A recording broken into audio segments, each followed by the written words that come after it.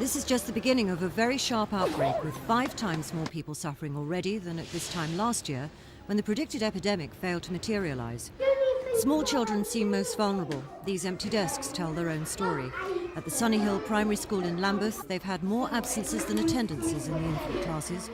On one occasion, there were only 2 children present out of a class of 15. I had this one infant teacher only in the school for 5 infant classes. And literally we had to stand in the playground and ask parents to take children home if they possibly do, because we just couldn't cope with that on one day.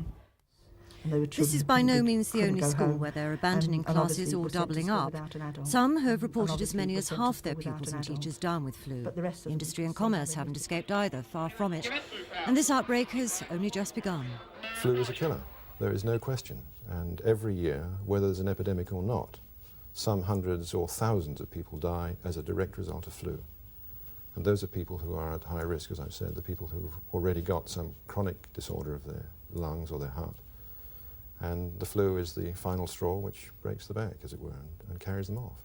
And the inoculation is the only thing that can prevent that? Yes, vaccination is very effective. It's said that from the statistics that have been looked into, that about 70% of people who are exposed to the virus who have been vaccinated don't get anything at all, and 30% get a much milder attack than they would otherwise have got.